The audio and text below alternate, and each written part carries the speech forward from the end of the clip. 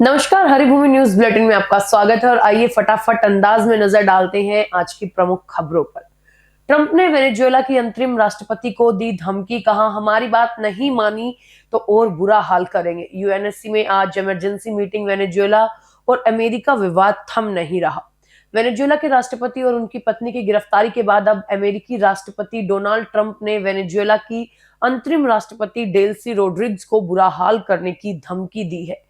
Trump ने कहा अगर डेल्सी वो नहीं करती जो वेनेजुएला के लिए अमेरिका सही मानता है तो उनका हाल मादुरो से भी ज्यादा बुरा हो सकता है। ट्रंप ने ये बात द अटलांटिक मैगजीन को दिए इंटरव्यू में कही है। दिल्ली दंगा केस में उमर खालिद शर्जील को नहीं मिली जमानत।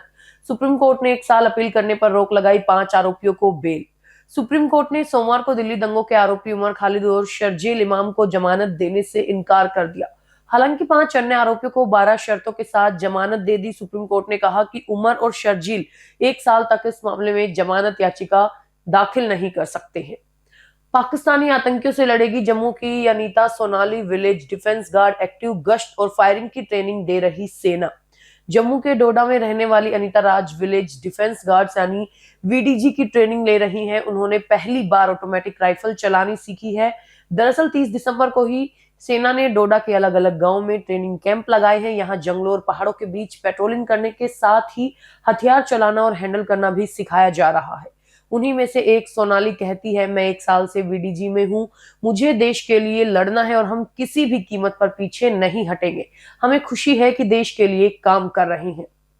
सोना 939 रुपए बढ़कर 1.36 लाख प्रति 10 ग्राम हुआ और चांदी 2225 महंगी होकर 2.37 लाख किलो बिक रही है। कैरेट के हिसाब से देखें गोल्ड रेट। सोने चांदी के दाम में आज यानी 5 जनवरी को बढ़त है। India bullions and jewellers association के अनुसार 10 ग्राम 24 कैरेट सोने का भाव 939 रुपए बढ़कर 1,35,721 रुपए पहुंच गया है और इससे पहले ये 1,34,782 रुपए पर था। पाकिस्तान में पंजाबी महिला सरबजीत गिरफ्तार, भारत डिपोर्ट करने की तैयारी, सिख जत्थे के साथ गई, नूर हुसैन बनकर मुस्लिम व्यक्ति से निकाह किया। जी हां, भारत से पाकिस्तान गई पंजाबी महिला सरबजीत कौर को गिरफ्तार कर लिया गया है। सरबजीत के साथ उसके पाकिस्तानी पति नासिर हुसैन को भी हिरासत में लिया गया। सरबजीत को पाकिस्तान से अटारी बॉर्डर के रास्ते आज ही भारत डिपोर्ट किया जा सकता है। सरबजीत कौर 4 नवंबर 2025 को श्री गुरु नानक देव जी के प्रकाश पर्व पर सिख श्रद्धालुओं के जत्थे के साथ पाकिस्तान गई थी। उसने वहां जाकर पाकिस्तानी व्यक्ति नासिर हुसैन से निकाह कर लिया था और बता दे कि सरबजीत पर कपूरथला में कई केस चल रहे हैं। बांग्लादेश ने आईपीएल का प्रसारण बैन किया, मुस्तफिजुर को लीग से बाहर किए जाने पर फैसला। टी20 वर्ल्ड कप में टीम भी भारत नहीं भेजेगा।